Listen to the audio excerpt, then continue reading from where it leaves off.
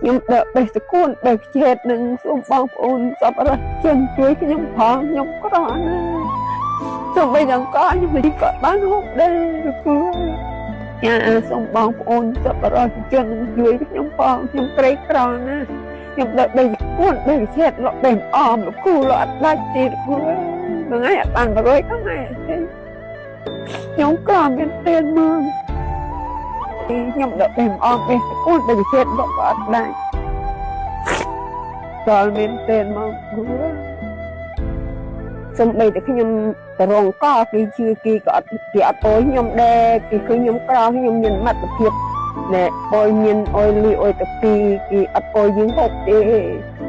ខ្ញុំក៏អត់ហ៊ានសុំគេក៏អត់ជឿគេអត់អោយខ្ញុំដើរមកផ្ទះវិញកូនខ្ញុំថាម៉ែមិនមកវិញចាំបើអត់បានផងនឹងអត់អោយចាមែនទេមកគ្រូខ្វះមែនទេមកសូមបីឲ្យដីផ្ទះក៏អត់មាននៅដែរ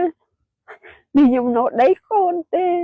សូមបងប្អូនខ្ញុំសុំជាងកហូបខ្ញុំអត់មានអីហូបទេអត់មានលុយទិញសូមបងប្អូនជួយខ្ញុំផងមកកំប៉ុងពីរកំប៉ុងអីខ្ញុំក្រណា